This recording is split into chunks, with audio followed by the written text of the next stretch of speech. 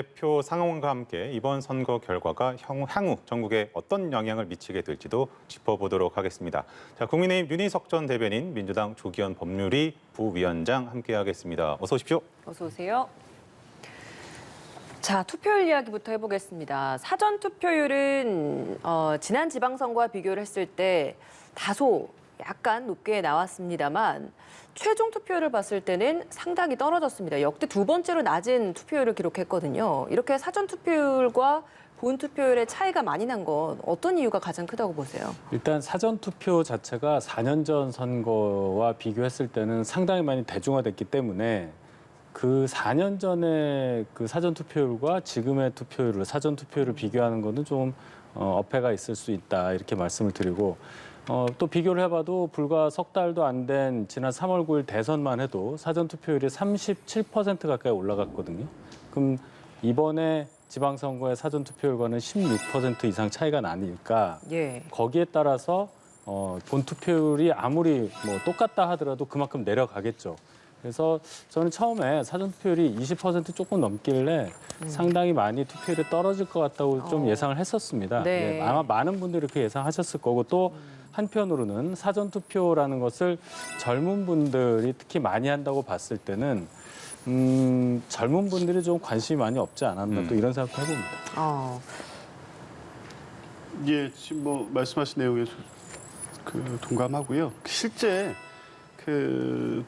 선거운동 현장에서 느껴지는 체감 자체가 대선하고는 비교할 바가 아닐 정도였고 사실 대선 투표에 참여했던 소위 말하는 이 중도층 이분들이 선거 자체에 관심이 많이 없다는 인상을 받았습니다. 실제 선거운동 하시는 분들도 보면 선거운동원 중심으로 선거가 이루어지고 또 선거 상황을 지켜보는 어떤 일반 시민들이 선거에 대한 이 반응이나 하시는 것들이 확연하게 그 관심도가 떨어져 있다는 느낌을 받고 있었고 네. 또 대선 직후 선거이기 때문에 투표율이 낮아질 거라고는 봤지만 최근에 어떤 정치 상황이나 여러 가지 상황 자체가 네. 국민들께서 많이 투표할 만한 이유를 못 찾게 된 선거가 아니었나 이렇게 보입니다. 그러면 낮은 제가- 투표율이 결론적으로는 민주당에게 좀 불리한 결과를 가져왔다 이런 말씀이신 거네요. 그렇습니다. 불리하다고 봅니다. 왜냐하면 저희가 지금 할 수 있었던 것은 사실은 뭐 선거 캠페인 전략으로는 견제론을 계속 얘기를 했지만 결국에 예. 지지층을 얼마나 투표장에 나오게 하느냐. 대선 때 이재명 후보를 지지했던 분들을 민주당 후보를 지지하게끔 얼마나 투표장으로 오시게 하느냐가 관건이었는데 네. 투표율 낮은 투표율은 결국에 민주당에 투표를 하셨던 분들이 투표를 많이 안 하신 결과라고 볼 수밖에 없기 때문에 낮은 투표율의 영향을 직접 받았다고 보는 게 맞을 것 같습니다. 저는 이제 그걸 좀 여쭤보고 싶은데 사실 광주가 지난 대선 때 투표율이 가장 높았는데 이번에는 좀 가장 낮은 것으로 나왔단 말이죠. 이건 어떤 이유라고 보세요? 전남은 이제 비슷하게 나왔는데요. 다른 요인은 없어 보이는데 거기가 이제 현역 시장 이용섭 시장이 경선에서 패배하고 강정 후보가 이제 시장 후보가 되지 않았습니까? 전체적으로 이미 이제 민주당 지지세는 형성이 돼 있는 상태이기 때문에 결과도 예측돼 있었고 현역 시장이 불출마함으로써 이 선거 자체에 대한 관심도가 많이 떨어졌던 것 같습니다. 알겠습니다. 자, 대구시장 선거에서 보면 현재 개표율이 17.89% 진행됐는데 홍준표 후보가 79.14% 그리고 민주당 서재현 후보가 17.6%입니다. 홍준표 후보가 당선이 유력시 되는 그런 상황인데요. 지금 이 시각 홍준표 국민의힘 대구시장 후보가 소감을 발표하고 있습니다. 현장 연결이 그림이 들어오는 대로 저희가 연결을 해서 그 내용 또 들려드리도록 하겠습니다. 대구 그리고 경북 지난 지방선거에서 유일하게 국민의힘에게 힘을 실어줬었던 그런 곳이었는데 이번에도 이렇게 확실하게 힘을 실어주는 그런 모습을 보고 있습니다. 그렇죠. 뭐 80% 가까이, 뭐 80 넘는 숫자도 아까 나오긴 했는데 지역색이 어느 정도는 작용을 하죠. 뭐 민주당 경우에도 호남에서 많은 득표를 하지 않습니까? 그런 상황에서 본다면 특히나 또 대구 같은 경우에는 홍준표라는 그 아주 그냥 유명하신 분이 네. 직전 대선에서도 이제 경합을 하셨던 분이 또 경남지사 하셨다, 국회의원 하셨다, 경남지사 하셨다, 또 국회의원 하셨다, 대구시장까지 거의 뭐 올라운드 플레이어로 하시니까 많은 표를 또 득표를 하신 걸로 이렇게 봅니다. 당내에서 사실 경선할 때 네. 홍준표 후보가 이제 그 대구시장에 나가는 것 자체를 놓고도 좀 부정적인 시각이 있었잖아요. 견제를 많이 했죠. 그렇죠. 예, 룰을 좀 어떻게 바꾸고 경선 과정에서 감점하는 포인트에 대해서도 과하게 놓고 뭐 이런 게 있어서 이제 고쳐지긴 했는데 결국은 대구 시민들이 가장 원하는 시장 후보가 홍준표 후보였기 때문에 그것과 관계없이 후보가 되셨고 오늘 이 본선거에서도 많은 득표를 해서 거의 당선 확정짓는 그런 상황이 아닌가 이렇게 봅니다. 자, 이 지역주의 관련된 이야기가 보면 대구 경북에서 확실하게 국민의힘에게 지난 지방선거 때부터 힘을 실어줬고 이번에도 이어졌고 하나의 지난 지방선거에서 변수라고 했던 게 바로 부산에서는 민주당이 그 승기를 가져갔었던 부분인데 이번에 또 이렇게 넘겨주게 됐습니다. 지역주의를 타파한다는 게 큰 의미가 있는데 이번에 다시 뺏긴 부분 어떻게 받아들이시는지도 궁금합니다. 예, 아쉽죠. 좀 적어도 이제 그런 다른 결과, 의미 있는 결과가 이제 지역주의 경향에 맞지 않게 다른 선택이 있는 지역이 한 군데로 나왔다면 더 좋았을 텐데 아쉬움은 있지만 이 지금 지방선거의 전체적인 결과를 보면 꼭 이제 지역주의가 작용한다고 보기도 어렵습니다. 그 선거 대선 중반에 사실 중간평가적 선거로 치러졌던 선거가 많았거든요. 지방선거는 그때마다 하나의 정당에 대해서 전폭적 지지를 해주는 결과로 어느 정도 계속 이어졌고, 뭐, 물론 어느 정도 뭐 7대 8 이렇게 나눠지는 선거도 있긴 했습니다만, 대개는 이제 그럴 때 보면 이게 특별히 지역주의가 작동했다고 보기 어려운 결과가 계속 나오고 있었기 때문에 부산에서 민주당이 이런 선거에서 이겼다면 특별히 지역적인 어떤 그 한계를 넘어선 투표를 해주셨다고 평가해 볼 수도 있지만 예. 이제 선거 자체가 과거처럼 지역주의에 매몰돼서 그 어떤 당의 후보라고 해서 일방적으로 지지하는 성향으로 나타나는 부분들은 많이 희석이 됐다고 보여지고요. 대구에서도 물론 격차는 뭐 확연하게 나고 있습니다만 20% 가까운 득표율을 꾸준히 보여주고 있기 때문에 그런 면에서 보면 뭐 유권자들의 의식은 이미 상당히 성장해 있고 정치가 오히려 그걸 따라가기 위한 더 노력을 해야 된다 이렇게 봅니다. 예. 자, 부산에서도 이번에 이렇게 승기를 잡게 됐고 사실상 전라도 지역 그 지역만 빼고는 호남 지역만 빼고는 다 이렇게 국민의힘이 승기를 잡게 됐습니다. 그 중에서도 예상치 못했던 지역에서 좀 승기를 잡았다라는 지역이 있었습니까? 애초에 저는 개인적으로 지난 대선 때 이겼던 10군데 광역자치단체 한 10개 정도 이기는 것보다 더 많이 나오면 굉장히 잘한 거다 이렇게 기준을 설정을 했는데요. 제가 생각할 때 일단 충남에서 10% 가까운 차이로 김태훈 후보가 지금 앞서는 것을 상당히 제 기대보다 훨씬 더 좋은 결과로 생각을 합니다. 물론 박완주 의원이 천안 출신이죠. 박완주 의원이 그 지역 의원이어서 어떤 불미스러운 일로 당의 징계를 받고 이렇게 됐는데 그것에 영향을 받았다고 치더라도 예. 현 충남지사인 양승조 지사의 본거지가 천안 아산 지역이란 말입니다. 그럼 전체 충남 인구 210만 정도 중에 거의 뭐 반 정도 해당하는 인구에 해당하는 지역이 양승조 현 지사의 본거지라고 봤을 때는 네, 지금 잠시만요. 예. 지금 안철수 후보가 이제 뭐 지금 나타난 모습이죠. 예, 캠프에 도착했습니다. 네, 성남 경기 성남 분당 갑에 보궐선거에 출마했던 안철수 후보.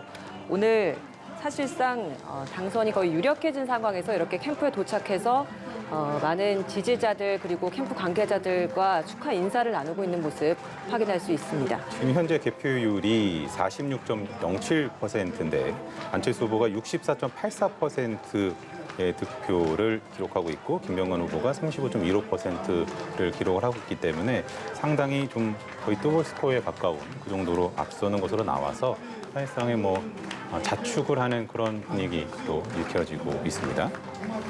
네, 이 지역 이야기 좀 해볼까요? 경기 성남 분당 갑. 김은혜 후보가 경기지사에 출마하면서 이 자리가 공석이 됐고 그 자리에 보궐선거가 치러지면서 안철수 후보 대선 주자급이 이렇게 투입이 되면서 이렇게 자리까지 가져오는 상황이 됐습니다. 어떻게 보고 있습니까? 선거 결과는 뭐 어느 정도 예상을 했던 부분이고요. 이제 향후 관심이 가는 부분은 안철수 후보가 당대당 통합을 했지만 네, 잠시만요. 저희가 지금 홍준표 후보가 당선 소감을 합니다. 잠깐 듣고 오겠습니다. 주셔서 거듭 감사의 말씀을 드립니다. 시정을 인수하게 되면 잘하도록 하겠습니다. 여러분들의 기대에 어긋나지 않도록 하겠습니다. 이상 끝. 앞으로 민선 8기 시정은 어떻게 이끄실 건지, 민선 8기 시정을 앞으로 어떻게 이끄실 건지 큰 핵심 방향을 좀 말씀해 주세요. 큰 방향은 앞으로 4년 동안 대구 경북 미래 50년 준비를 하고 대구 경북 미래 50년의 기반을 마련하는데 역점을 두겠습니다. 그러면 시급하게 지금 추진하실 사업이나 현안은 어떤 게 있을까요? 통합신공항입니다.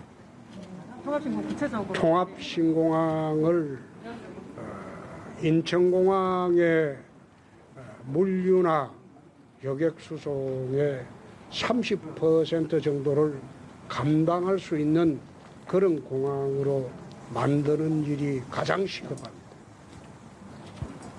지금 그게 거의 중단돼 있다시피 하는데 이제 시정 인수하시고 이제 임기 시작하시면 거기에 가장 많이 속도를 내시겠다 말씀이신 거죠? 그렇습니다.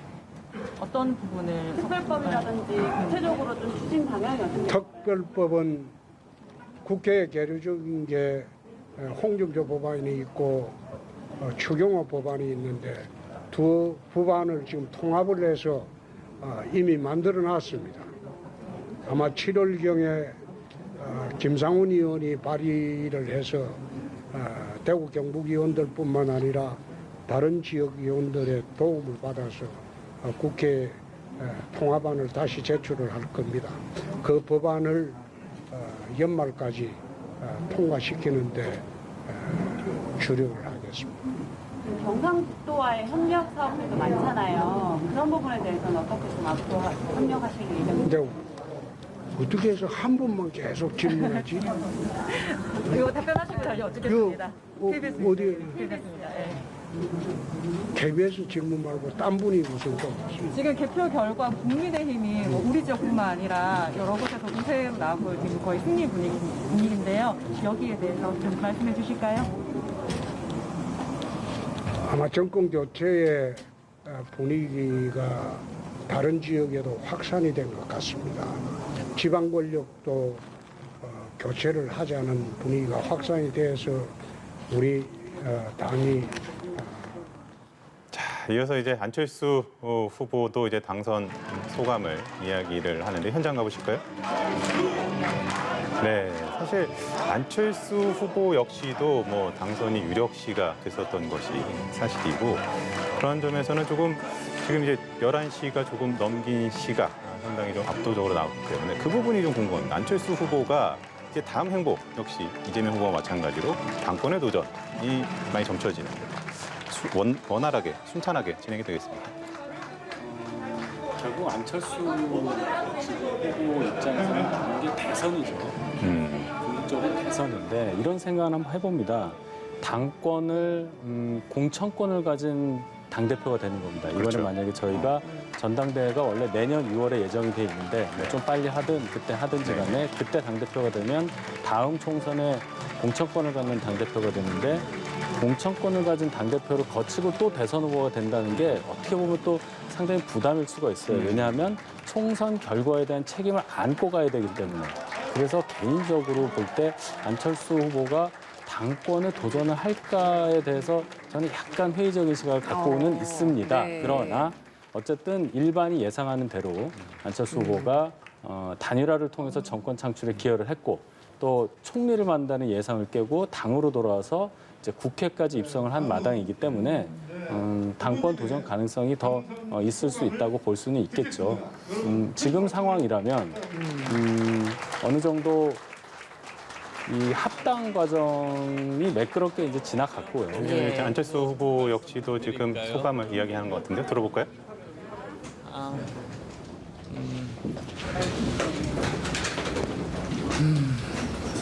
먼저 국민의힘을 지지해 주신 분들의 뜨거운 성원에 감사드립니다. 동시에 저도 국민의힘의 승리에 힘을 보탠 것이 너무나 기쁘게 생각합니다.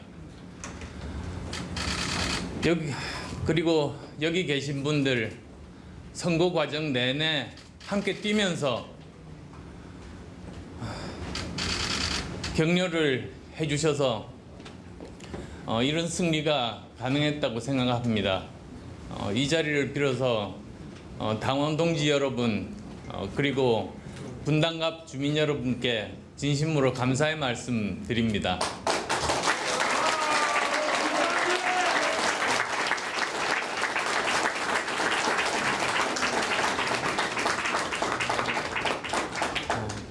저도 경기, 인천, 서울에서 총 46번의 지원 유세를 하면서 힘을 보탠 것에 대해서 정말 보람을 느꼈습니다. 이제 윤석열 정부의 성공을 뒷받침하고 그리고 대한민국의 새로운 변화를 위해서 여기 계신 모든 분들과 끝까지 함께 하겠습니다.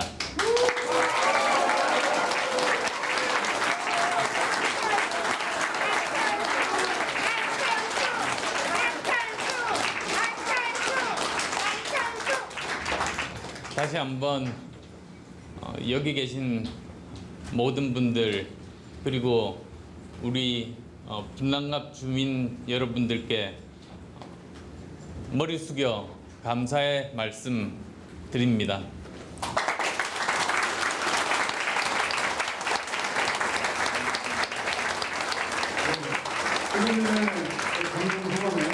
다시 한번 뜨거운 박수로 찾아주시면 감사하겠습니다.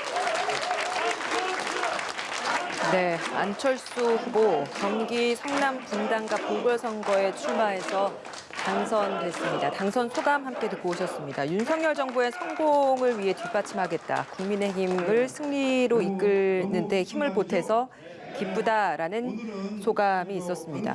안철수 후보로서는 사실 첫 거대 정당에 소속됨으로써 출마한 이번 선거에서 승리를 거머쥐었습니다. 이 부분도 스스로에게도 굉장히 좀 많은 감회가 새로운 선거이지 않았을까라는 생각이 드네요. 그렇죠. 그동안 정치 시작한 이후로 제3 후보 새정치라는 캐치프레이즈를 걸고 그동안 활동을 했는데 이제 그야말로 거대 정당의 후보로 첫 당선, 즉 대선이 목표라고 아까 말씀을 드렸는데 네. 그 목표에 한 발짝 더 다가가는 본인의 어떤 환경 변화 여기에 대해서 상당히 본인은 굉장히 좋게 생각할 것 같아요. 그리고 아까 말씀드렸지만 뭐 당권이라든지 다음 대선의 어떤 후보로 가는 길에 있어서도 오늘의 당선이 본인의 정치적인 행로를 여는 데 있어서 큰 기여를 할 것이기 때문에 오늘의 이 결과가 안철수 후보에게는 대단히 정치적으로 의미 있는 그런 결과다 이렇게 말씀드리겠습니다. 네, 이제 3선의 중진이 됐습니다. 이렇게 되면 앞으로 뭐 당내에서 당권 도전 가능성에 대해서 낮게 본다 이렇게 평가를 하셨는데 뭐 당권 도전을 하지 않더라도 당내에서의 어느 정도 입지는 좀 공고해지지 않을까라는 전망도 많이 나오거든요. 어떻게 전망하십니까? 그래서 이제 무시할 수 없는 정도의 힘을 가진 정치인으로 평가를 받으시긴 할 텐데. 예, 대권 구도로 가는 데 있어서는 이제 문턱 하나를 넘은 거에 불과하다 이렇게 봅니다. 왜냐하면 당내 견제를 세게 받고 계시잖아요. 또 이준석 현 대표와의 갈등도 있고 그 반면에 당내 기반이 또 전혀 없으십니다. 그러면 결국에 대선 후보까지 가기 위해서는 당내 세력을 구축해야 되는데 그걸 고려하면 전당대회 출마를 안 할 수가 없는 상황이고 전당대회 출마를 통해서 당대표에 도전하시게 되면 그 과정에서 당내 견제를 계속 받게 되실 겁니다.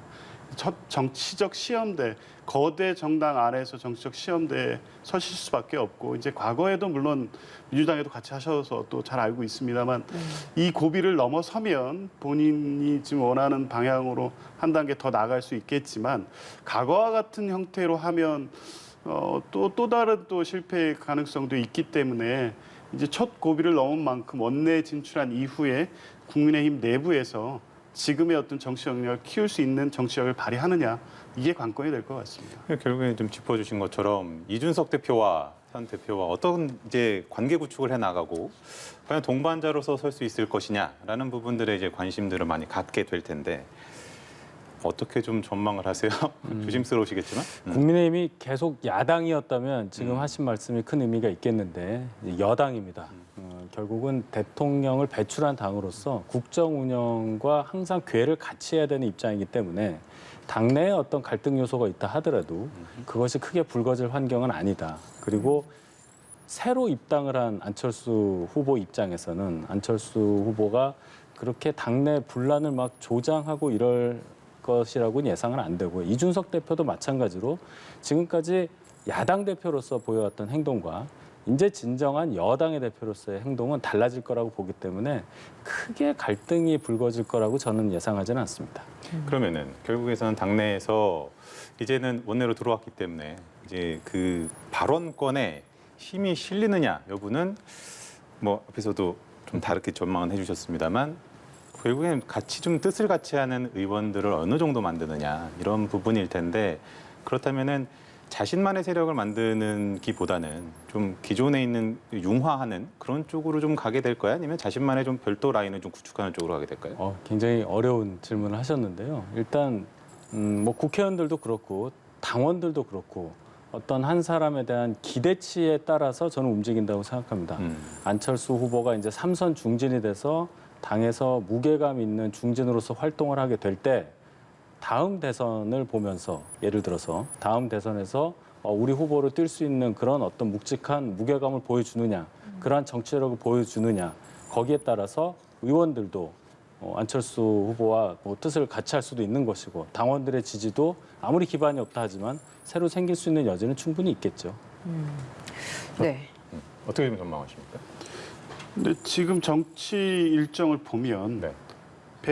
100여 명의 이제 국회의원 중 한 분이 되셔서 의정 활동을 열심히 하신다고 이게 뭐 성과나 어떤 정치적 역량이 드러날 수 있는 상황이 아니거든요.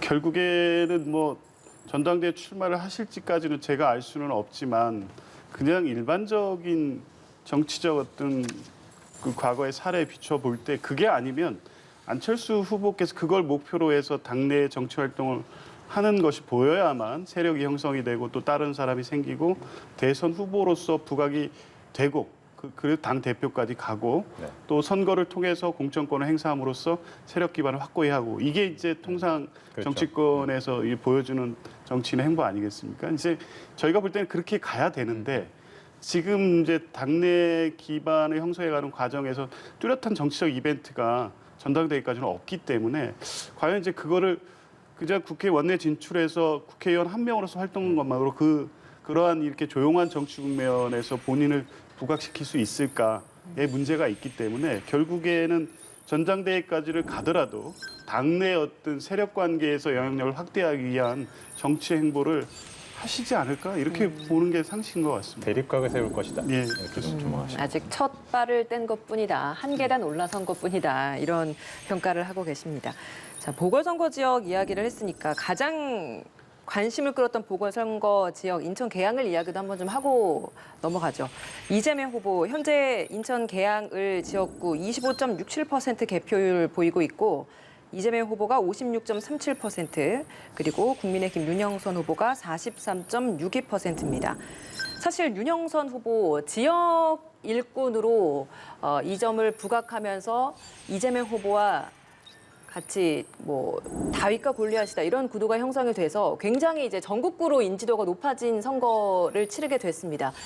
엎치락뒤치락했지만 결국의 결과는 저희 예상보다는 좀 벌어진 결과를 받아들였거든요. 국민의힘 이 인천 계양을 결과는 어떻게 분석하십니까?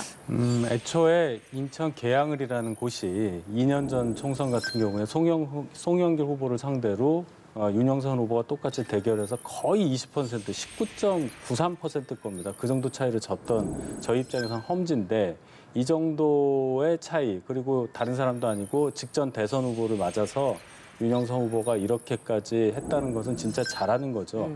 저희에 대한 평가는 이제 그렇게 할 수 있고 이재명 후보 입장에서는 물론 당선이 됐으니까 뭐 다행인데 얻은 게 별로 없는 결과가 아닐까 이렇게 생각합니다. 본인의 어떤 정치적 에너지를 너무 빨리 소진을 했고 앞으로 기대할 수 있는 어떤 정치적인 기대치마저 많이 깎아먹는 이번 출마가 아니었을까.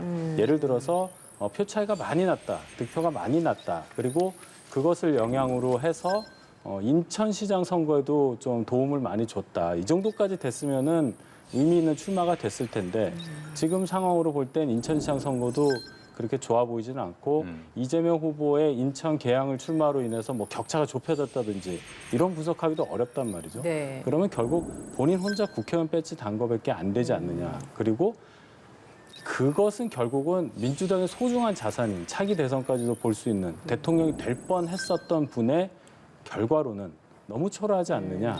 이렇게 평가합니다. 자, 여기에 대해서 어떤 입장이신지 또 반론을 들어봐야 되지 않겠습니까?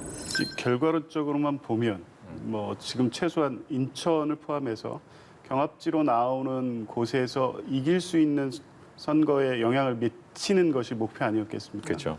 이제 결과적으로 보면 이제 그게 이루어지지 않았기 때문에 의도했던 바대로 이재명 후보든 당이든 흘러가지 않은 결과가 된 것은 사실입니다. 근데 이게 이제 본인만 혼자 의회에 진출한 결과로 이렇게 평가절하될 문제이냐 그렇게 보지는 않고요. 어찌됐든 고심한 결과였습니다. 이 지방선거 어려울 거라는 걸 다 알고 있는 상황에서 결국에 그러면 그나마의 어떤 의미 있는 결과를 내기 위해서 어떻게 이 선거를 치러야 되느냐에 대한 고민이 있었고 당에서도 그런 고민이 있을 때 이재명 후보를 직접 출마해달라고 요청도 하고 또 송영길 후보가 또 그 서울시장으로 출마하고 이런 과정이 선거에 부정적인 영향이 있지 않겠냐 우려가 있었음에도 불구하고 결국 이재명 후보를 등판시킬 수밖에 없었던 것은 지금 결과만을 가지고 이제 그 상황 자체를 다 평가절하할 수는 없다. 적어도 이재명 후보 개인으로서 당의 요청을 받아서 이런 결과가 나올 수 있을 것이라는 위험도 안고 저는 출마했다고 보거든요. 네. 예, 어찌됐든 결과에 대한 책임론도 불거질 수밖에 없지만 네네. 그렇게 모든 선거에 대한 책임을 지고 정치적 입지가 상당히 흔들려서 뭐 그런 상황까지 가지는 않을 것 같은데. 이번 이 선거 결과를 받아들고 다음번 금방 또 곧 있을 전당대회 출마 이야기도 많이 거론이 됐었는데 사실 내일 비대위 그 비공개 회의도 여는 정도라고 한다면 지도부 총사퇴 이야기까지 많이 거론되는 그런 상황이지 않습니까? 물론 실질적인 지도부라고는 할 수 있지만 실제 뭐 책임을 지고 내려와야 될 자리에 있는 건 아닌 상황입니다만 과연 이런 책임이 있는 사람이 전당대회에 또 나갈 수 있을 것인가? 여기에 대해서는 어떻게 보십니까? 그걸 제가 예측하기는 참 어려운 문제인데요. 어쨌든 내일 아마 지금 출구조사 결과가 그대로 나온다면 지도부 책임론을 피할 수 없는 상황이겠죠. 아마 그런 논의가 이루어지게 될 것이고요. 이재명 후보로서도 사실 직접적으로 지금 애초에 이제 그런 계획이셨다면 다음 전당대회에 출마하시는 부분은 그런 계획이 있으셨다면 심각하게 여러 가지 상황을 다시 고려해 볼 수밖에 없는 상황인 건 맞을 것 같고요. 그러니까 당초에 이제 주변에 계신 분들이 이재명 후보의 출마를 막았던 거의 핵심적인 내용도 대선에서 패배한 후보가 차기를 도모할 때는 사실은 당분간 잊혀지는 게 도움이 되는 것인데 어쩔 수 없이 직전에 연결되는 선거에 도움을 달라는 요구를 받을 수밖에 없었다는 말씀을 하시지 않았습니까? 이제 그런 측면에서 보면 책임론이 직접 타겟이 되지는 않겠지만 예. 어쨌든 이재명 후보 본인께서 하신 얘기도 있기 때문에 당장의 적극적인 정치적 행보로 나가는 것은 이후 긴 과정을 봤을 때는 정치적 부담이 상당하다고 보여져서 아마 쉽지는 않을 것으로 보는데요. 네, 저는 그렇게 예. 생각합니다. 알겠습니다. 지금 이 시각 송영길 더불어민주당 서울시장 후보 성원해주신 시민 여러분께 입장 발표하고 감사드립니다. 있습니다. 함께 들어보겠습니다. 이 선거 기간을 통해서 제가 생각하는 서울에 대한 비전을 알리는데 최선을 다했습니다만 시민의 마음을 전체 얻기에는 부족한 것 같습니다.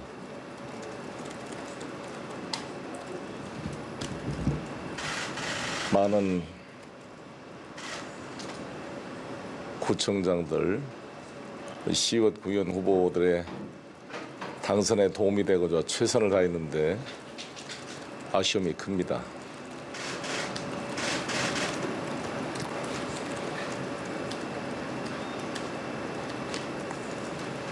성원해 주신 많은 시민들께 다시 한번 머리 숙여 감사를 드립니다.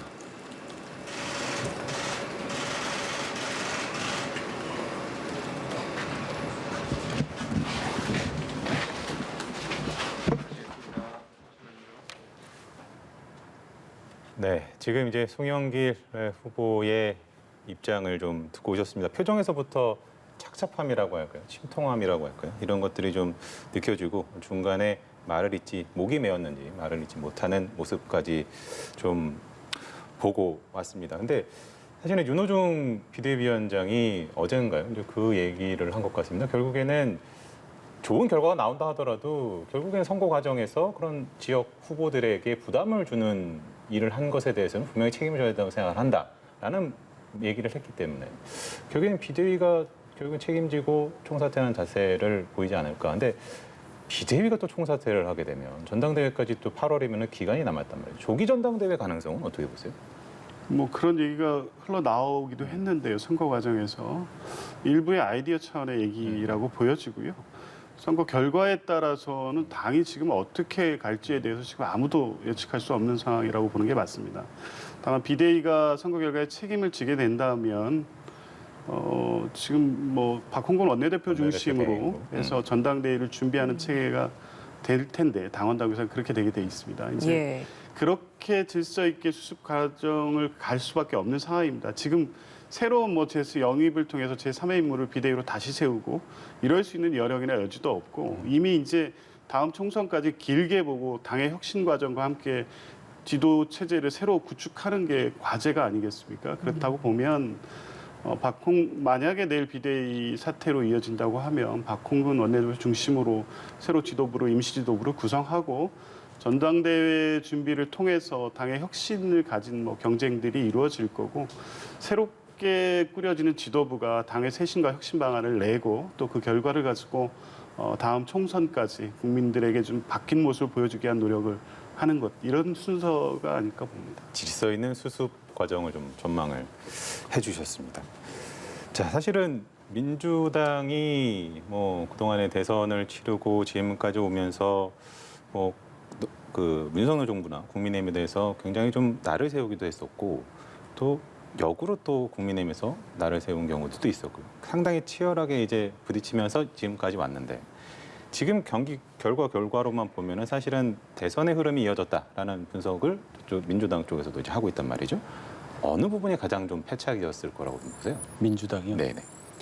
민주당이 대선 패배 이후에 내부 정리하는 과정이 좀 부족하지 않나 싶습니다.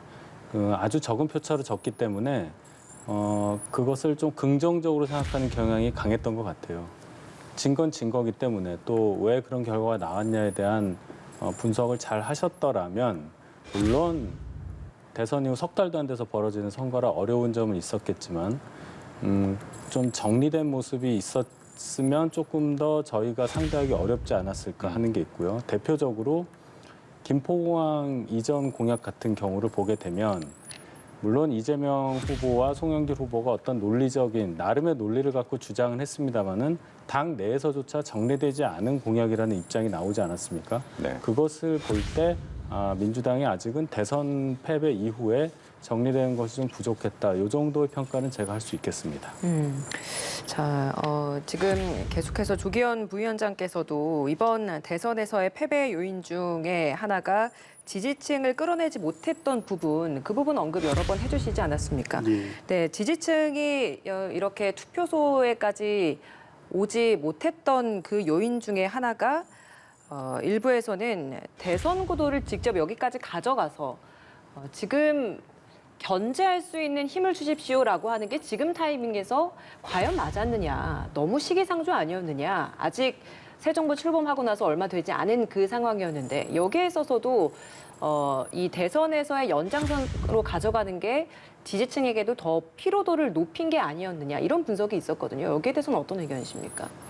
일면 타당한 분석이라고 보여집니다. 왜냐하면 지금 결과적으로 이제 그렇게 해석될 수밖에 없는 상황이 됐고요. 네. 근데 이제 선거 상황 초기에 이제 그런 부분에 지금 그 대변인 말씀대로 대선 패배한 정당은 사실 바로 이제 혁신 또 변화의 모습을 가지고 차기 선거를 준비해야 되는데 곧바로 이어진 선거다 보니까 이제 그런 것이 없이 구성된 그 비상 지도부가 선거를 바로 맡아서 치른 선거였거든요. 당연히 3개월도 안 된 정부, 출범한 지 20일도 안 된 정부를 견제해달라고 하는 것이 사실 캠페인 전략으로 먹기 힘든 선거였죠. 근데 그게 뭐 인수위 과정이라든가 대통령실 이전에서 보여준 모습들에서 국민들의 우려가 있었던 건 사실이지만 그렇다고 해서 아직까지 이 정부를 견제해야 된다는 그 여론까지 나가지는 않은 상황이었거든요.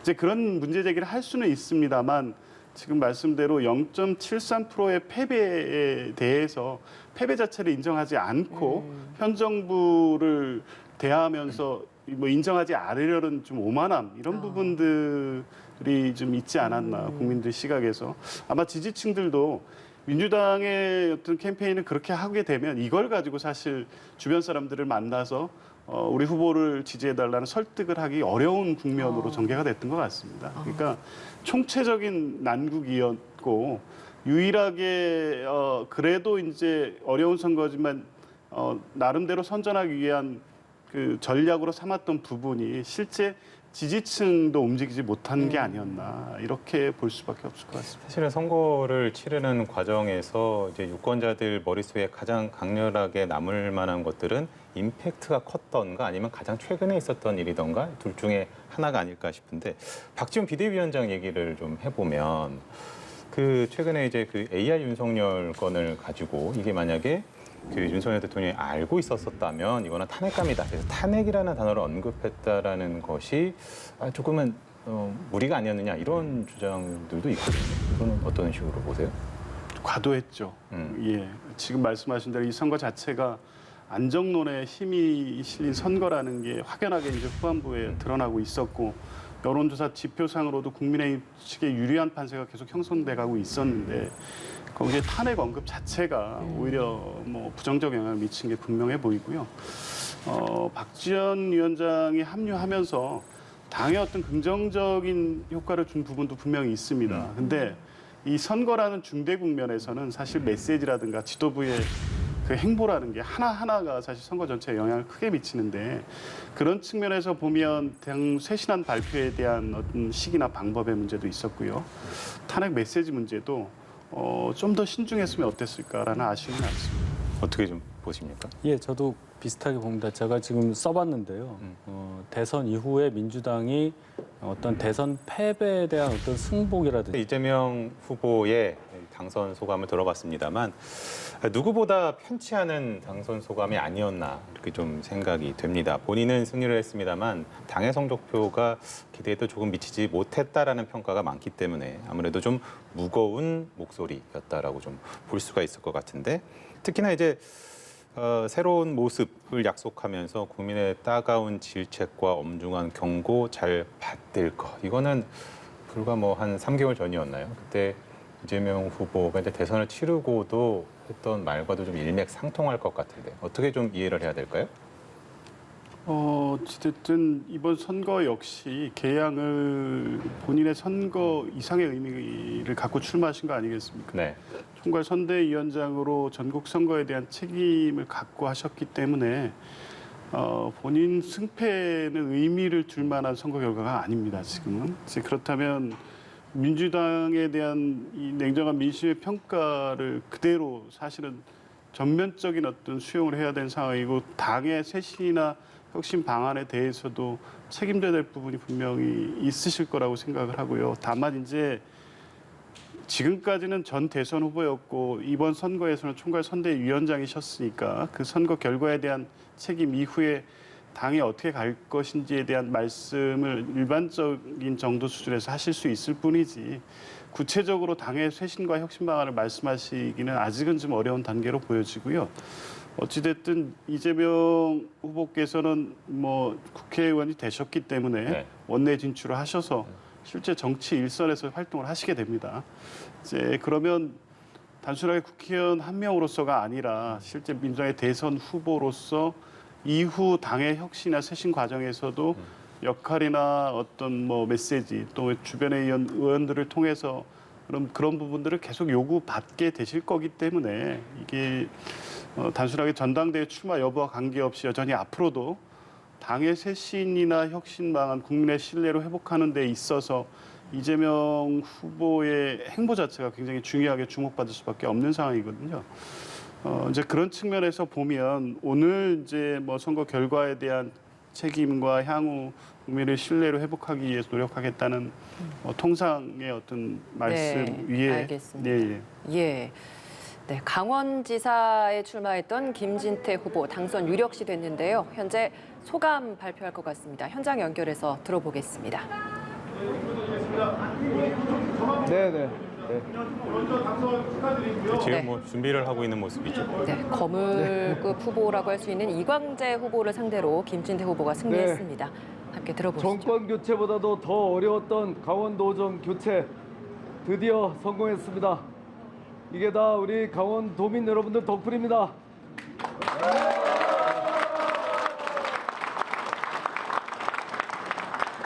정말 네, 이렇게 해주신 우리 강원도민 여러분들께 정말 뼛속 깊이 감사한 말씀을 전합니다. 저는 단식 투쟁까지 해서 이 자리에 온 사람입니다. 그때의 그 결기 또 오셔서 제 손을 잡아주셨던 우리 도민 여러분들의 따뜻한 마음 잊지 않고 이제부터는 강원 도민 여러분들만 생각하고 가겠습니다. 그리고 우리 같이 경쟁했던 이광재 후보에게 위로의 말씀을 전합니다. 저도 낙선한 경험이 있어서 그 심정 누구보다 잘 압니다. 다시 기회가 있을 것으로 생각합니다. 그리고 이제 그렇게 원하던 정말 승리를 하게 되니까 이제 어깨가 무겁습니다. 그동안 했던 도민들에 대해서 했던 그 약속 꼭 지키겠습니다. 이번 선거 때 이 정도의 격차가 있을 거라고 예상을 하셨는지 그리고 또 이번 승리 비결이 어디에 있는지 설명해 주시죠. 이런 격차. 투표 격차. 네, 솔직히 좀 격차가 날 것으로 생각은 했습니다만 막상 이렇게 되고 보니까 아직도 실감이 나지 않습니다. 다시 한번 정말 우리 도민 여러분들께 감사드리고요. 뭐 승리의 비결이라고 하면 새 정부가 출범하고 좀 일할 수 있게 해줘야 되지 않겠냐 하는 그런 이 큰 흐름이 제일 컸다고 보고요.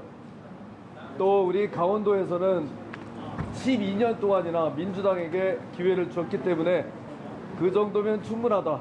이제는 좀 세술은 세부대 하는 게 좋겠다는 여론 통했던 것 같습니다. 그리고 뭐 굳이 따지자면 제가 힘들게 여기까지 왔고 김진태에게 한번 맡겨보자 이런 것도 있었던 것 같습니다. 가장 시급하다고 생각되는 대표 공약 하나랑요. 어떻게 이해가 말씀해 주세요. 삼성전자 자, 이제 김진태 후보의 소감 들어봤습니다. 뭐 감원 동의만을 뭐 생각하고 가겠다 그러면서 또 상대 후보에게 위로의 말까지 전하는 여유를 좀 보였습니다. 다음에 기회가 있을 것이다라고 이야기도 하기도 했는데 요거를 좀 원론적인 걸 한번 여쭤볼게요. 보면 대부분이 이제 그 국회의원 경험이 있는 분들이고 이 분들이 광역단체장으로 나가서 당선이 되는 것이 본인의 정치 경력에서 어떤 이점이 있다고 좀 봐야 됩니까? 글쎄요. 국회의원을 하신 분들의 말씀을 들어보면 그 집행권을 가진 어떤 자치단체장을 상당히 부러워한다고 합니다. 인사권도 있고 예산 집행권도 있고 하니까요. 그리고 광역자치단체장이라는 건 대통령 바로 밑에 급으로 봐야 되잖아요. 그래서 뭐 서울도 마찬가지겠지만 본인의 고향에서 예를 들어 자기가 뭐 강원도 출신이다, 네. 뭐 충청남도 출신이다 하면 도지사 또 본인 나온 어떤 뭐 특별시장, 뭐 광역시장 되는 것을 상당히 그 목표로 정치적인 목표로 삼는 분들도 많이 있는 걸로 저는 그렇게 들었습니다. 네. 자, 강원지사 상황을 보면 이광재 후보를 상대로 김진태 후보가 사실상 승리를 한 상황입니다. 격차를 봐도 56.35% 아직 개표가 진행 중입니다만 출구조사 결과 역시도 뭐 55%대 45% 가까이가 벌어졌기 때문에 상당히 김진태 후보가 많이 앞서간 격차를 확인할 수 있습니다. 이광재 후보 사실 인물로도 굉장히 크게 앞서는 후보였는데 이런 결과를 받아든 것 어떤 의미로 민주당은 받아들이십니까? 그 전국 상황으로 봐도 이 선거 상황 자체가 개인의 인물 경쟁력으로 승리하기는 어려웠던 선거라고. 같은 연장선 상으로 해석을 했습니까? 그렇습니다. 게다가 이제 사실 뭐 민주당에 유리한 호재라고 할 수 있는 강원특별자치도법 통과 문제도 있었는데요. 그러니까요. 이게 영향을 미치기가 시기적으로도 어려웠고 전체적으로 보면 개별 이슈들이 선거 결과에 크게 영향을 입지 못한 선거였습니다. 대선 이후에 치러지는 이 구도화의 선거에서 민주당이 이걸 넘기 위해서는 어떤 특단의 어떤 선거 전략과 대책, 그것도 일사불란한 어떤 선거 대응 이런 게 다 같이 이루어졌을 때 그 정도는 돼야 지금 경합지 정도에서 이기는 정도 선거 결과를 기대할 수 있는 선거였는데 그나마 지금 하나하나 뭐 여러 가지에서 지금 실책도 있었고 혼선도 있었고 하기 때문에 이제 중앙 정치 이슈에서 그렇게 뭐 지방에서 뛰는 분들이 어려운 상황을 오히려 만들고 있었기 때문에 애초부터 어려운 선거를 인물로서 넘기에는 한계가 분명한 선거였다. 이렇게 보는 게 맞을 것 같습니다. 이광재 후보 같은 경우에는 지난 5회 지방선거에서 강원지사에 당선이 됐다가 7개월 만에 그 정치자금법 위반으로 지사직을 상실한 후에 12년 만에 다시 이렇게 재도전을 하게 된 건데 이런 결과를 받아들었습니다. 본인 입장에서도 굉장히 좀 뼈아픈 대목이지 않을까 싶거든요. 그러니까 이광재 후보 입장에서는 그 강원지사 1년 정도밖에 못하고 선거법 위반으로 낙마한 이후에 9년의 야인 생활을 거치고 또 국회에 들어온 것까지 굉장히 복귀를 잘한 거죠. 그동안의 시간을. 그러나 강원도민 입장에서는 이미 12년 전에 선거에 나와서 도백을 했었던 인물이고 그동안 그 이후에 최문순 지사가 3선을 하지 않았습니까? 네. 연이어서. 그런 어떤 민주당에서 쭉 도정을 맡았던 것에 대한 피로감을 인물론으로 극복하기 어려웠다. 이광재 후보만 해도 이제는 약간 구시대적 인물로 강원도민께서 받아들이신 게 아닌가 저는 그렇게 봅니다.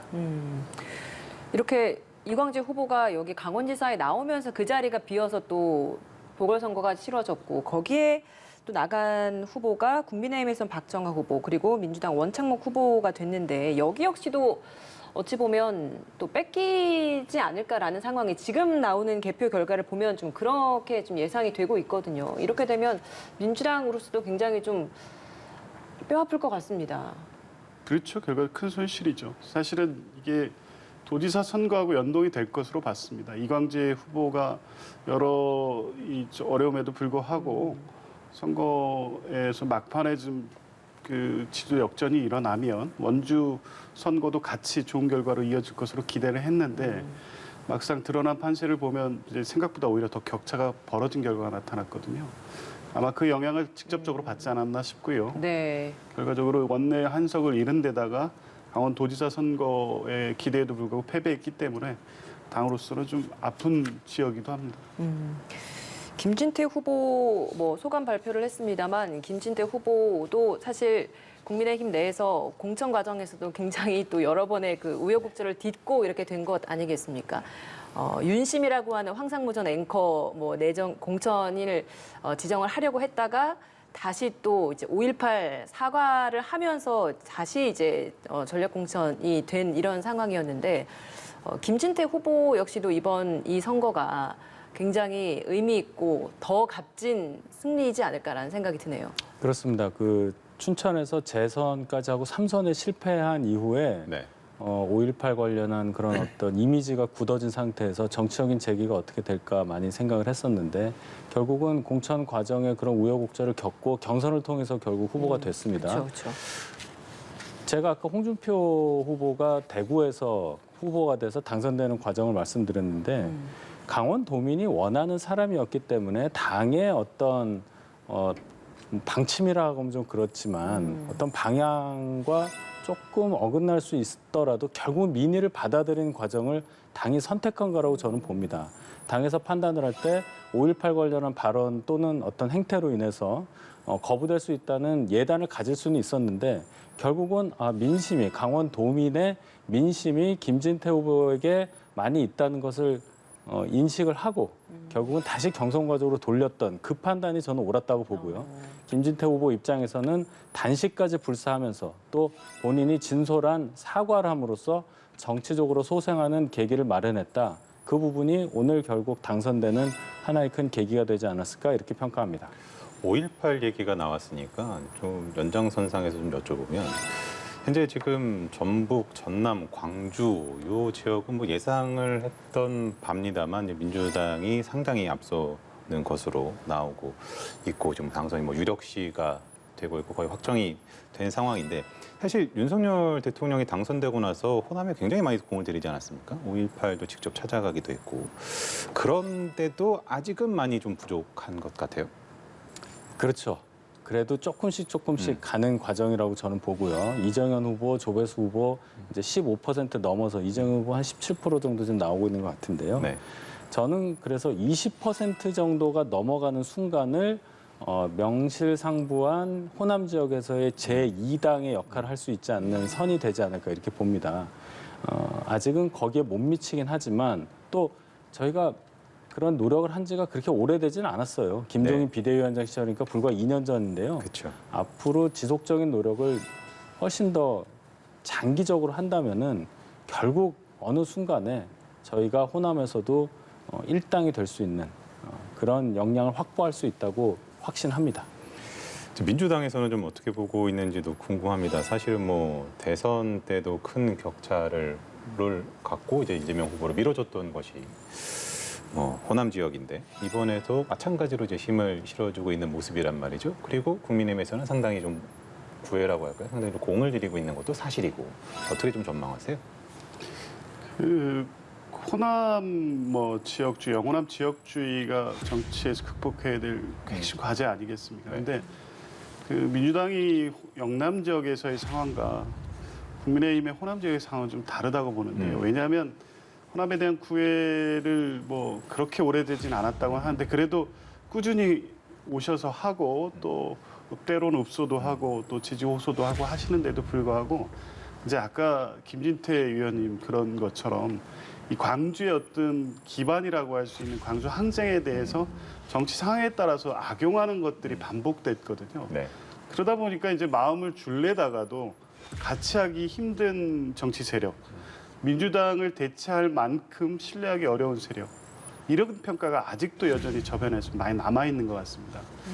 윤석열 대통령께서 취임하신 이후에 광주에 특별히 공을 들이시는 것도 있지만 광주 민주항쟁 자치에 대해서 헌법적으로 헌법 전문에 올리겠다는 말씀도 하시고 이제 실제 그런 정도 역할이 실제라도 진정성 있게 계속 비춰진다면 차츰 상황은 나아질 것이라고 봅니다만 혹시라도 이후에 현 정부든 국민의힘이든 또다시 정치 상황이 안 좋아진 때 과거처럼 또 이념의 문제라든가 이런 것을 활용하기 위해서 광주를 또 잘못 끌어들인다면 지금 아무리 공을 들인다고 해도 다시 또 거꾸로 가는 상황을 반복할 수밖에 없기 때문에 이번에 지방선거 과정에서도 김진태 당선이라고 봐야겠죠. 이제 네. 사과도 하시고 했지 않습니까? 지금 국민의힘 당 청와대 전체가 또 이번 5.18 기념식에 참가도 했고요. 예. 이런 모습으로 해서 국민의힘도 광주에서 어느 정도 인정을 받고 서로 선의의 경쟁을 하는 정치 세력으로 이렇게 가는 게 맞다고 봅니다. 예. 아무래도 호남의 특수성이라고 할까요? 민주당 대선 주자 역시도 호남에 가서 공을 상당히 많이 들이고 자주 찾고 문재인 전 대통령도 17년 대선 때 상당히 많이 찾아 들어가서 그랬던 기억이 나는데 말씀하실 때 그 영남에서의 민주당의 상황과 호남에서의 국민의힘의 상황이 다르다라고 평가를 하셨습니다. 다르다고 볼 수도 있죠. 아까 말씀하신 것 중에 이제 호남에서 받아들일 수 없는 인물이 국민의힘의 공천을 받아서 뭔가 중요한 선출직에 한다 하는데 예를 들어 김진태 의원 같은 경우는 도민이 선택을 한 거예요. 경선을 했고 네. 경선 과정에서 당원의 표와 도민의 표를 합쳐서 한 거기 때문에 그럼 도민의 선택인데 저희가 당에서 일부러 그런 건 아니잖아요. 그렇게 볼 수 있고 영남과 호남의 상황이 다르다는 거 저는 이렇게 봅니다. 영남이라고 하지만 거기에 이제 여러 가지 상황으로 인해서 인구 구성이 굉장히 다양하잖아요. 부산만 해도 그렇고요. 근데 아직 호남에는 그런 상황이 있지 않다. 그래서 저희가 노력을 하는 그거에 비해서 표가 좀 덜 나오는데 그러나 저희 당이 이제 많이 바뀌었고 과거와 같은 그런 어떤 호남에서 거부감을 가지실 만한 어떤 언동을 한다든지 그런 인물들조차 이제 당이 없습니다. 그리고 저희가 천명을 하지 않았습니까? 5.18 정신을 헌법 전문에 넣는 것을 추진하겠다고까지 얘기를 했기 때문에 앞으로의 모습을 잘 지켜보신다면 호남에서도 아까 말씀드린 대로 저희 당이 기반을 확실하게 마련할 수 있는 시기가 생각보다 빨리 올 수도 있다. 저희가 더 노력을 하겠다. 이렇게 말씀을 드리겠습니다. 예. 저는 이 질문을 드려보고 싶습니다. 두 분, 그 두 정당, 거대 양당의 모두에게 해당되는 질문일 것 같은데 사실 기초자치단체장 226명을 뽑는 이 지역 지방선거에서 국민들이 뽑는 건 사실 1번 따라 쭉 뽑거나 2번 따라 쭉 뽑거나 그런 질투표죠, 분위기들이 이른바. 네, 인물보다는 큰 정당을 좀 따라가는 이런 흐름이 어찌 보면 선거 캠페인이 국민들이 그 지역 주민들로 하여금 그렇게 또 투표를 하게끔 만들어가는 그런 분위기이지 않는가. 여기에 대한 개선도 필요하지 않겠나 이런 생각이 들거든요. 그렇죠. 뭐 계속적으로 이루어지고 있으니까 투표라는 경향이. 근데 좀 이번 선거는 기초단체장 결과를 좀 봐야겠습니다만 약간 양상이 다른 게 현재까지는 나타나고 있어서 다소 고무적이라고 보여지긴 하는데요. 저는 뭐 이 문제가 뭐 당장에 어떤 해소되기는 어려울 거로 보여집니다. 이 지방선거 자체가 큰 선거 대선의 사이에 끼어 있어서 정부에 대한 어떤 중간 평가적 선거로서의 성격을 계속 갖고 있게 되어 있었고 그러다 보니까 특정 정당의 국정 운영에 대한 평가를 하는 선거로 계속 됐거든요. 이제 그렇다 보니까 이제 특정 정당을 일방적으로 뭐 지지하거나 이런 투표 결과로 나타나는데요. 저는 이제 그런 상황이 쉽게 해소되기는 어렵다고는 보지만 그 내부에는 중앙 정치 중심으로 해서 지방의 정치까지도 완전히 이렇게 줄 세우기식으로 이루어져 있는 지금의 어떤 정치 문화, 정당 문화도 좀 문제가 있다고 보여지고요. 그렇다 보니까 이 지역에서 특히 청년이나 여성, 또 약자, 정치 신인들이 진출하기가 굉장히 어려운 구조로 돼 있습니다. 네. 뭐 적어도 이 줄투표를 해서 행정부하고 의회까지 한 정당이 장악을 하면 내부에서라도 견제할 수 있는 정도의 다양한 사람들이 또 새로운 사람들이 진출해야 되는데 이제 그게 막혀 있다는 부분이 더 이제 심각한 문제라고 네. 보고 이후 그 각 당에서도 지금 뭐 여러 가지 노력을 한다고 하고 있습니다만 여전히 공천 과정에서 기득권을 가진 분들이 공천받을 확률이 훨씬 높은 그 정치 문화가 형성이 되고 있기 때문에 이런 부분을 개선해야 되는 노력, 이게 또 각 당의 책임인 것 같습니다. 네.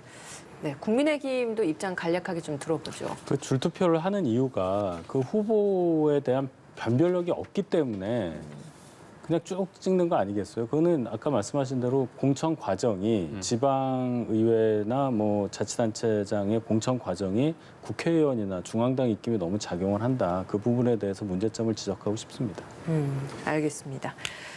네, 오세훈 현재 서울시장 시각 12시가 후보가 넘은 12시 지금 30분입니다. 캠프에 오늘 도착했습니다. 잠시 밤 후에 늦은 시간까지도 이 소감 자리를 발표할 지켜주고 걸로 계신 많은 보입니다. 시민 여러분께 다시 한번 당선이 감사드립니다. 유력시되고 있는 상황인데요. 지금 현재 개표가 아직 진행 중인 상황이고 개표 진행 중에 언론사를 통해서 현장에서 들리는 오세훈 목소리는 김병민 후보의 의원님 유력 보도들이 계속 이어지고 있습니다. 네, 사실 최종적인 오세훈 개표가 후보가 진행 중인 사실은 관계로 이길 것이다라고 다소 좀 조심스러운 마음이 예측이 있지만 됐었던 부분이고 방송사의 예측 그리고 결과 사실은 당선 윤곽이 뭐 드러났으므로 근데 그 처음에 이제 오세훈 후보 조사를 이 했던 자리에 출구조사 결과와 참석하셔서 비교했을 오늘 때는 많은 지금 시민 여러분들께 56%, 인사를 드리고자 42%로 그럼 나타나는데 먼저 오늘 그것보다는 이 자리에 조금은 줄어든 와주신 그런 오세훈 모습이에요. 후보님의 말씀을 먼저 네, 송영길 후보를 상대로 오세훈 후보 현 시장 상황에서 말씀을 먼저 재선에 듣고- 도전했습니다. 이번에 네. 당선이 그러면 뭐 유력시돼서 저희가 조금 조정을 당선된다면 가지고 사실상 네 번째 서울시장이 말씀하고 되는 있는 상황들에 거죠. 대해서는 좀 조정을 하고요. 네.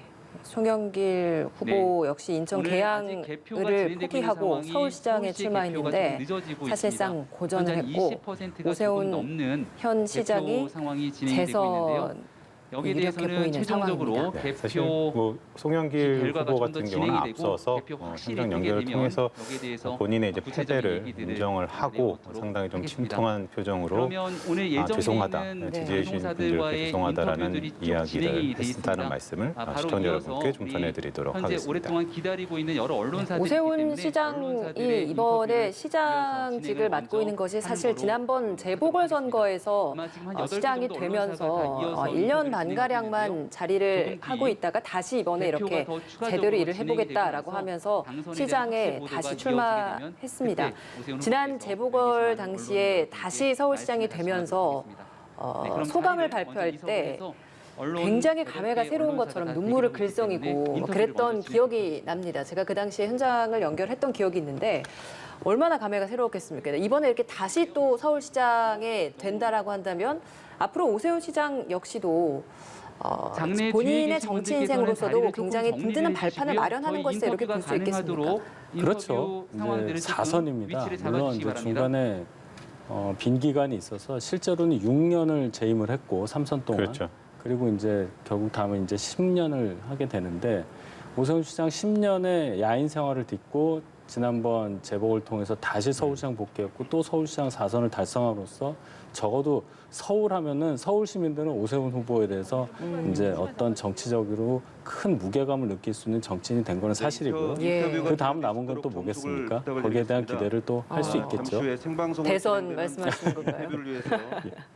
사실은 뭐 지금 가장 중요한 것은 오세훈 시장이 최근에 이제 현직 서울시장으로 일을 하면서 정책을 추진함에 있어서 사실은 좀 순탄치 않았던 것들이 시의회 네. 구성이 압도적으로 민주당 의원들이 많았다라는 점 때문일 텐데 이번에 이제 결과가 제가 자세히 지금 살펴보지는 못하겠습니다만 과연 받쳐줄 것이냐라는 네. 부분들이 또 관전 포인트 아니겠습니까? 그래서 지금 오세훈 시장이 과연 몇 퍼센트 포인트 차로 이기느냐가 중요합니다. 이기는 것도 중요하지만 많이 이겨야 결국은 각 지역에 고루 분포된 시의원을 많이 확보하게 그러니까요. 된다는 거죠. 지난번 이제 요번이죠. 이제 마지막 그 3선 임기 동안에 민주당이 110석 시의회 중에 100석 가까이를 그냥 가지고 있었기 때문에 솔직히 얘기해서 1년 동안 오세훈 시장이 거의 제대로 일을 못했다고 봅니다. 그래서 시의회에 대한 시의회 선거 결과에 대해서 훨씬 더 중요도가 높다는 것을 시장 본인이 알고 계셨고 예. 지금도 뭐 구청장 선거도 물론 당연히 중요하지만은 솔직히 저는 서울의 선거 결과를 볼 때 시의회를 과연 얼만큼 시의회에서 여대 야소가 되느냐 되면 어느 정도 되느냐 이거를 좀 보고 싶습니다. 예. 지금 오늘 이번 지방선거에서 뭐 시군 구청장도 같이 뽑게 되는데 시의원 의회도 마찬가지고요. 시군 구청장 특히나 서울 지역만 또 봐도 상당히 예전에는 서초구 빼고는 다 구청장이 파란불이었는데 이번에는 굉장히 좀 고르게 좀 분배가 됐다라고 해야 될까요? 강을 한강을 중심으로 해서 또 구분되는 모습도 보이고 있는데 이런 모습은 어떻게 분석을 하십니까? 그 역대 선거에서 전혀 없었던 모습이거든요. 예. 지난 선거야 뭐 말할 것도 없이 서초구 하나 빼고는 다 민주당이 이긴 선거였고요. 그 이전 선거에서도 사실 그 국민의힘 쪽이 이길 때든 민주당이 이길 때든 두세 군데 빼고 한 당이 다 석권하는 선거였습니다. 서울시 구청장 선거가. 네. 근데 지금 현재 나타난 개표 상황만 보면 이게 적정하게 지금 분배가 된 상황이거든요. 이제 끝까지 아마 다 경합돼 있기 때문에 개표 결과를 끝까지 봐야 되는 상황이긴 하지만 당초 예상했던 것보다는 구청장 선거에서 민주당이 선전하고 있는 것으로 보입니다. 그런 부분은 적어도 아까 얘기했던 뭐 어떤 줄투표 이런 것에서 벗어나서 시민들께서도 시장은 오세훈 시장에 대한 기대를 한 번 더 하되 구정에 있어서는 현직 구청장이나 아니면 새롭게 어떤 인물 중심으로 선택을 하신 게 아닌가 이런 생각이 들고요. 왜냐하면 적어도 10% 이상 지금 서울시장 선거에서 차이가 난다고 하면 네. 구청장 선거든 시의회 선거든 시의원 선거든 국민의힘이 압승하는 결과로 나와야 되는데 현재까지는 그것과 다른 양상이 이어서 그런 부분에 있어서는 지방자치 자체에 대해서도 좀 고무적인 결과라고 볼 수 있고요. 결과는 좀 끝까지 좀 봐야겠죠. 그런가 하면은 사실 뭐 줄투표가 이제 조금은 경향적으로 나타나지는 않는 것 같다라고 좀 말씀을 해주셨습니다만 이번 지방선거 같은 경우 무투표 당선자가 509명이나 된단 말입니다. 전체 당선이 돼야 될 사람 선출자들 중에 12%를 차지하는데 이런 경향은 결국에는 국민들이나 어떤 시민들이나 주민들의 관심도가 떨어진다라는 것, 투표율과 마찬가지로 그렇게 좀 볼 여지가 있지 않겠습니까? 선거 제도의 문제로 보여지는데요. 최근에 와서 완전히 양당 구조로 좀 고착화되는 경향이 나타나고 있습니다. 물론 정의당이 있지만 이번 지방선거에서 크게 의미 있는 선거 결과를 내오고 있지 못하는 것으로 보여지고요. 그래서 이제 지난번 대선 때 이재명 후보와 또 정의당 각 당에서 그 지방선거 중대선거구제를 같이 공약하고 네. 정치개혁과제를 합의한 바도 있습니다만 제3세력이 성장할 수 없는 제도적 한계 문제는 분명히 있어 보이고요. 적어도 양당 체제가 뭐 무조건 나쁘다, 또 다당제가 무조건 좋다, 뭐 이렇게 얘기할 건 아니지만 다양한 세력이 지방 자치에 참여하고 또 견제할 수 있는 다양한 세력이 의회에 진출하는 것은 뭐 반드시 필요하다는 측면에서 보면 지방선거 제도 개편 문제도 이후에 좀 과제로 나올 것 같습니다. 송영길 후보가 상대 후보로 같이 다투게 됐었는데 보면 그 출구조사 때는 58.7 대 40.2가 예상됐는데 지금 개표가 22%가량 진행된 상황에서 오세훈 후보가 56.16, 송영길 후보가 42.27%입니다. 사실 송영길 후보가 출마 당시에 출마 명분이 부족하다 이런 질책도 많이 받았었고 당내 공천 역시도 뭐 전략 공천이냐 경선이냐를 두고 굉장히 논란이 많았던 상황이었다가 결국 이렇게 또 출마를 하게 됐습니다. 상대 당으로서 보기에 오세훈 후보를 상대하는 후보로서 졌지만 뭐 선거 결과가 나온다고 한다면 졌지만 잘 싸웠다라고 하는 그 정도의 격차라고 보시는지 이 정도면 어떻게 보십니까? 선전한 거 맞지 않습니까?